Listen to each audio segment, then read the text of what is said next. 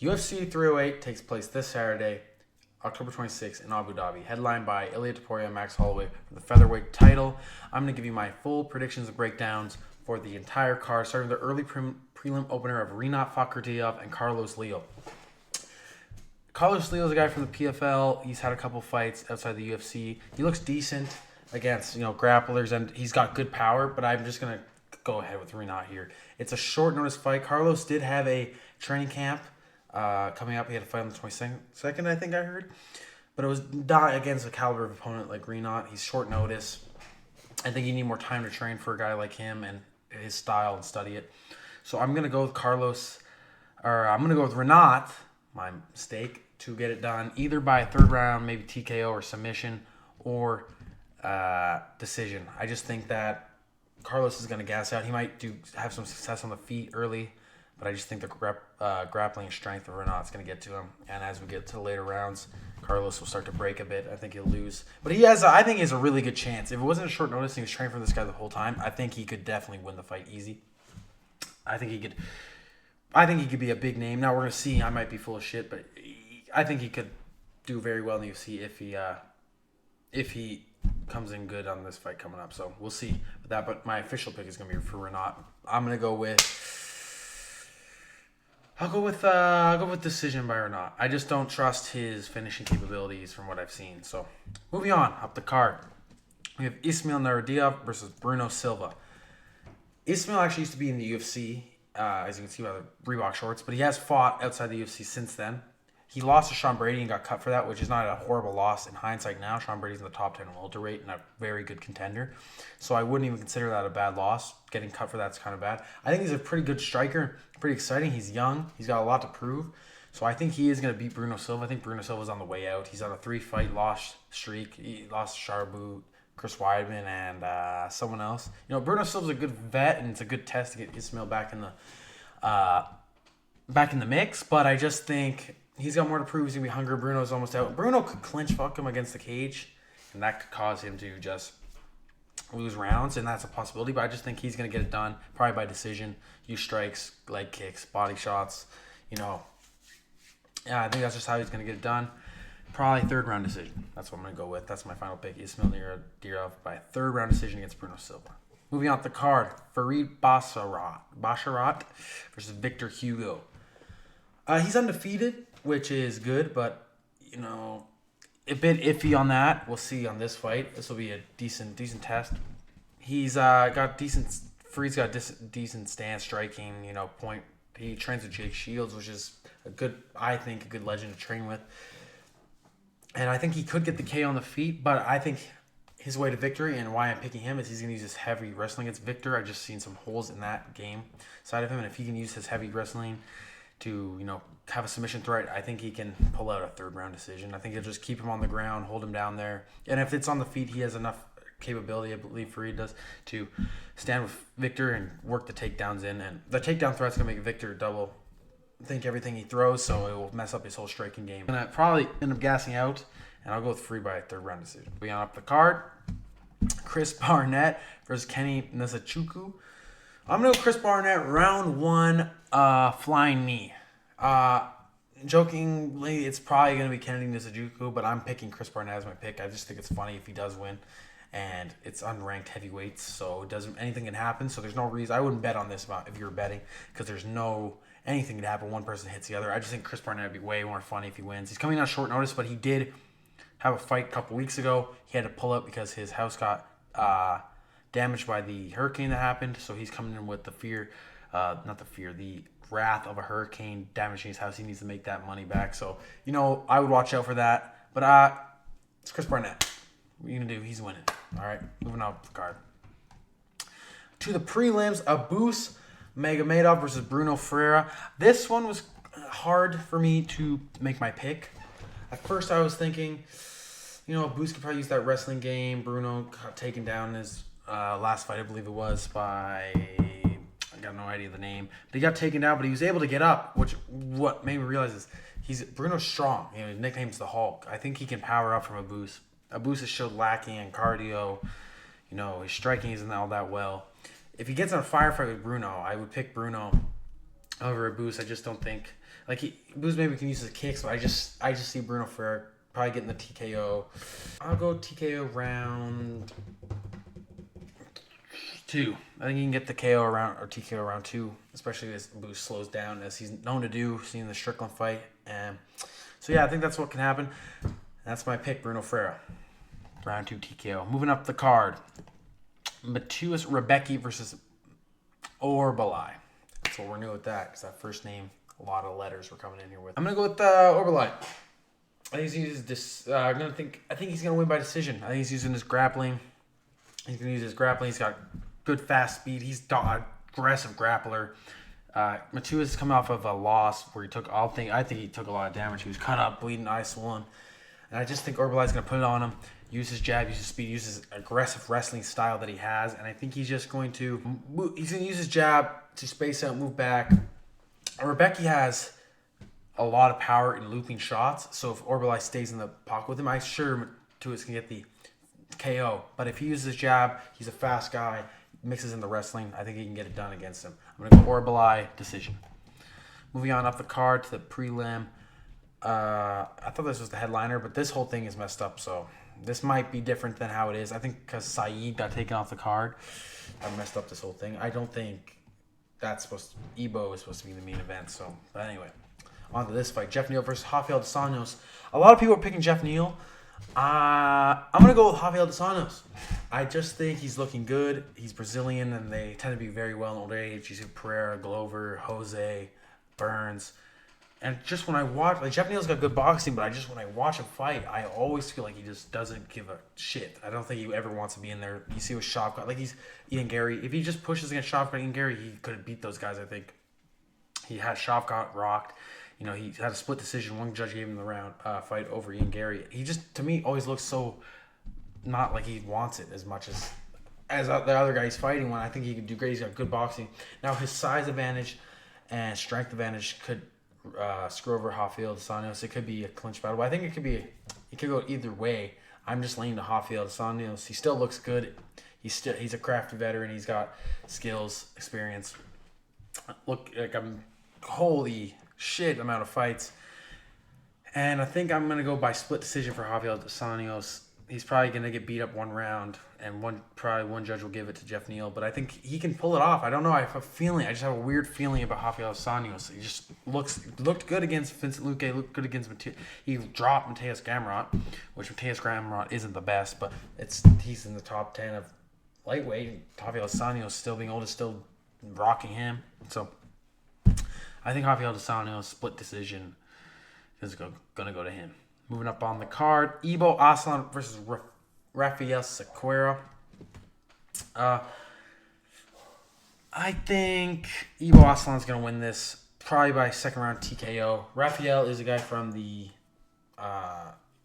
he's not in the UFC yet. This is his first UFC fight. And what I've seen from him, I watched one of his fights. His arena's small. He's fighting in the video I watched. Just came towards him, threw shots. He just covered up and ate it. I think if he does that against Ebo, Ebo's forward pressure is just going to smoke him. I think the forward pressure is going to be too much for Raphael. I think Ebo's got good power. He got a knockout in his last fight. I think he can get it done by TKO. Now, the way Raphael can win is come forward with straight punches. I don't think Ebo's head movement's very good, but I just don't think he's going to pull that off. This guy has had a UFC fight. The pressure's on for Raphael, which could works for some people, works against other people. So that could be a variable. But I'm going to go with Ibo Aslan. I think he's going to get the TKO round 2. Moving on up the card. To the main card. This is where things get interesting. We have Shara Magomedov versus Arman Petrosian. Shara is the blind pirate. I'm going to go Shara. I was close to picking Arman on this one. I just think Arman's from what I've seen, he's pretty decent, but I think they're trying to give Shara favorable matchups to get himself up the middleweight rankings, get better. I didn't see much wrestling from Arman that should be a threat to Shara. I think it'll be a split decision probably by Shara. He might use some flashier kicks, and be able to when the judge is over. I think it could be close still. I think Arman could get the finish, but most likely I'm going to lean to Shara. I think just to beat Shara, you need heavy forward pressure and takedowns. And to just not, like, you need to get in between, get from his kicking range, get inside, throw some hooking shots, and break Shara down. And also be able to work within the clinch. Shara's got great clinching elbows and is just a savage. Even if you take him down, he's going to elbow you. But I just think that Arman doesn't have that. He's a bit more lackadaisy, not as fast. I think he need to be quicker, get inside, throw some shots. Shara's going to just kick range with him. But I think that he can win a couple rounds, maybe steal scorecard from the judges.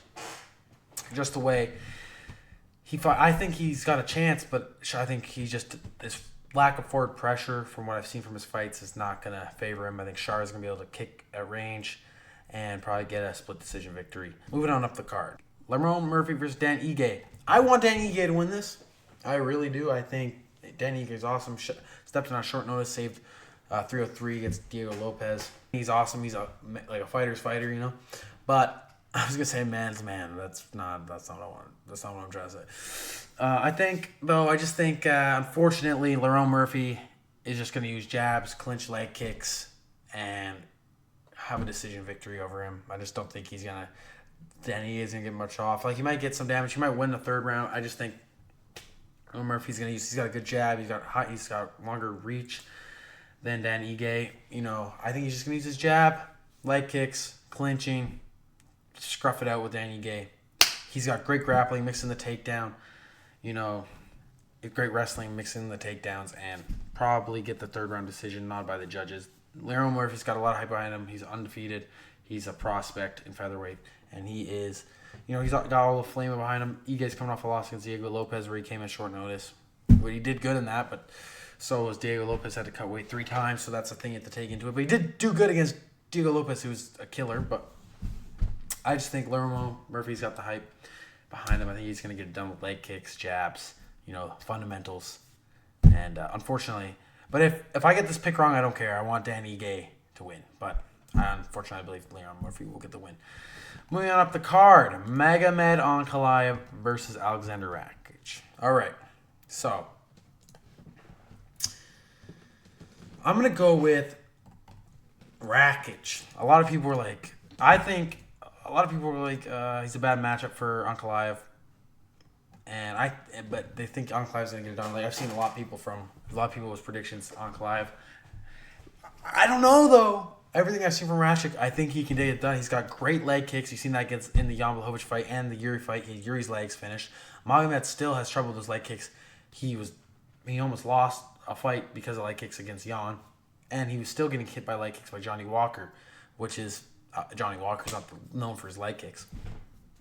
Rakic can move backwards on his back foot way better than Ankalaev can. So if Ankalaev's coming at him Ankalaev likes to put his knee up and his arm up and kind of throw a hook and get in. That's how he rocked Johnny Walker in their fight, and how he got in a lot on Jan Blachowicz. But I just think Rakic's jab and speed is going to be able to keep Ankalaev on the back foot. Ankalaev doesn't like being on the back foot. You can just tell in his fights with Johnny Walker and Jan Blachowicz, he really doesn't like being on the back foot. He likes to be coming forward at you, forward pressure, that knee up, stomp down, switch stances. He likes to have that takedown threat. He likes to be coming forward at you all the time.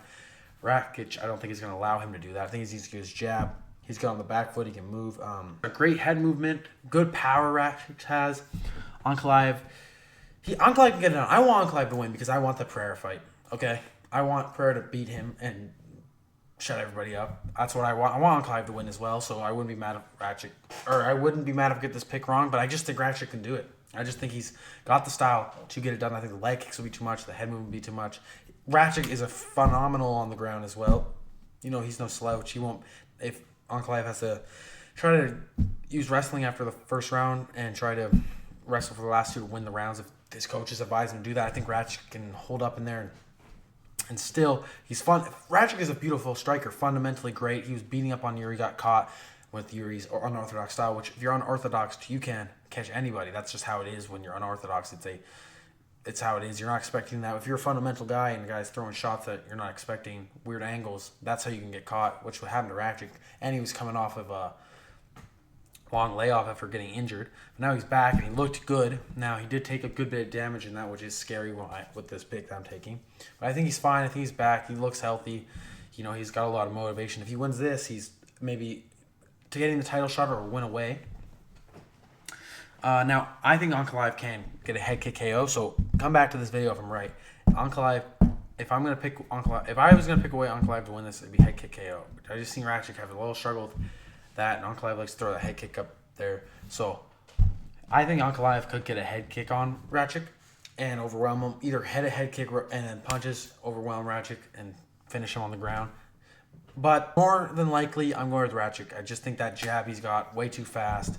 I think Ankalaev's not going to be able to get in. He doesn't like being on the back foot. All these things are going to put trouble for Ankalaev, and I just think Rakic will get it done by second round or third round TKO.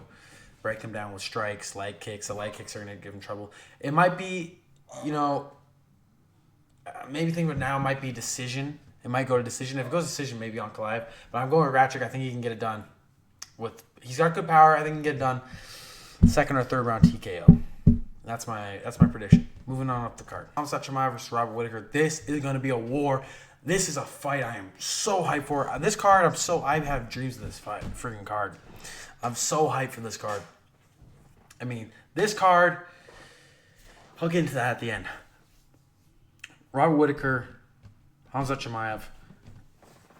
I'm going Robert Whitaker, okay? Robert Whitaker against Yoel Romero, who is a Olympic wrestler. And I know he's old, but it's Yoel Romero. We know he's insane, athletic, phenomenal. He's not going to be as strong as Hamot, but we'll get to that in a minute. I think he's going to... And Yoel Romero, in that fight, with no knee, Rob was able to defend the takedown very well in the grappling exchanges with Yoel Romero. And Robert's shown to have pretty good takedown defense, and his striking's great. If Hamot's getting dropped by Gilbert Burns and having trouble, was bursting in with the jab and overhand right, Rob likes to do similar striking as that and backing up Hamot in the cage. Hamot will back up if he's got forward pressure. Rob likes to do that forward pressure, that quick jolting movements. If Hamot's backing up, I can see Robert the jab, right, same kind of way he caught Ikram, same way Usman was catching Hamot. The thing is the first two rounds. If Hamot does not get those finished in the first two rounds, 5-round fight.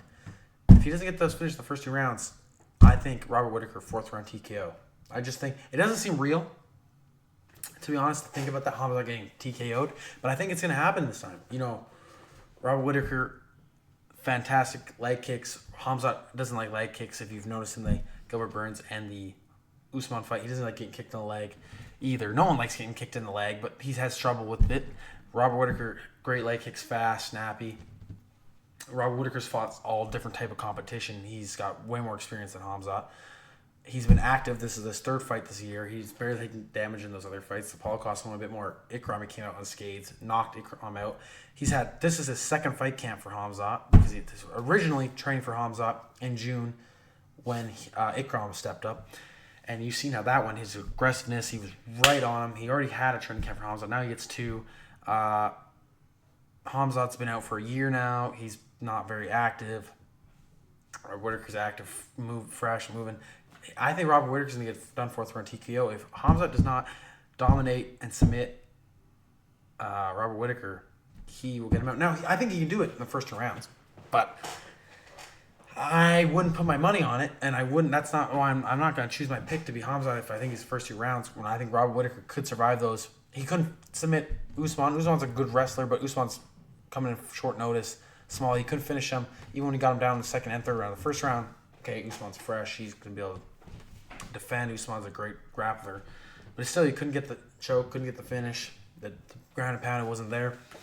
I just think Hamot's not going to have enough to finish Robert Whitaker in the first 2 rounds. And after that, I think Robert Whitaker's going to pick him apart, leg kicks, jabs, and use that jolty movements he does. Jab to the body, overhand right, catch Hamot. Now, in an exchange, I think Hamot could chin Robert Whitaker. Robert Whitaker has shown trouble with his chin against Dricus, but he got smoked by a spinning heel kick by Paulo Costa, which would put a lot of people out cold, and was able to come back and fight.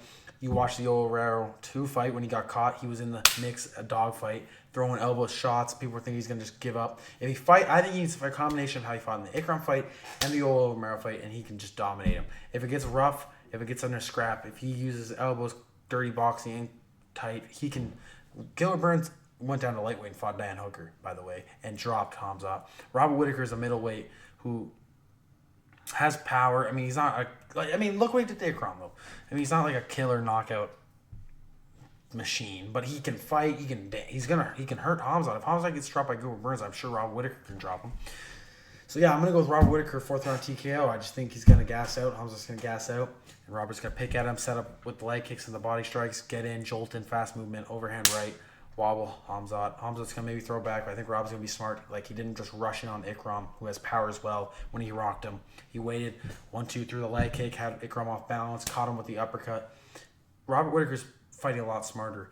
I don't think he's gonna rush and get chinned by Hamzat coming in and try to rush the finish. And I think he's at 2 training camps now to work on his takedown defense and defend against a hard wrestler like Hamzat Chimaev. So Robert Whitaker, 4th round TKO.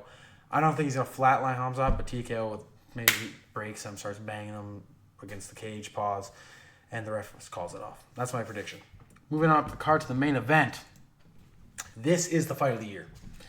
This is the fight of the year. This decides the fighter of the year. If Ilia Topuria knocks out Max Holloway, he is fighter of the year. I'm a Ferrera fan, as everyone else is.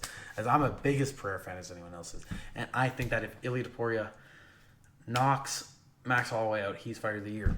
That being said, I don't believe that's going to happen. I don't believe that's going to happen. I wasn't sure. I was a bit concerned with my pick. Just seeing Ilia's boxing.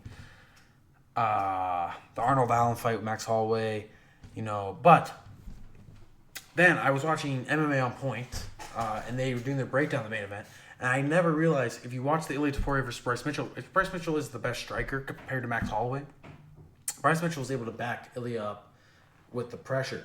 Max Holloway, that is his specialty, pressure. 20 strikes, bing, bing, bing, bing, great cardio, great chin, longer reach than, or not longer reach, I'm lying, but straight shots is more his style, and they get there quicker than the hooks that Ilia throws. Ilia's got great boxing, tight boxing. I just think Max can use that distance, and a weakness of Ilia Topuria is his getting kicked. That's how he's been dropped twice in his career, head kicks. I think Max, he knows that he can use his kicks from the outside. He kind of did that against Volk in the second fight, and I just think he can use that same style to get Ilia. And when Ilia's rushing, Ilia will come in.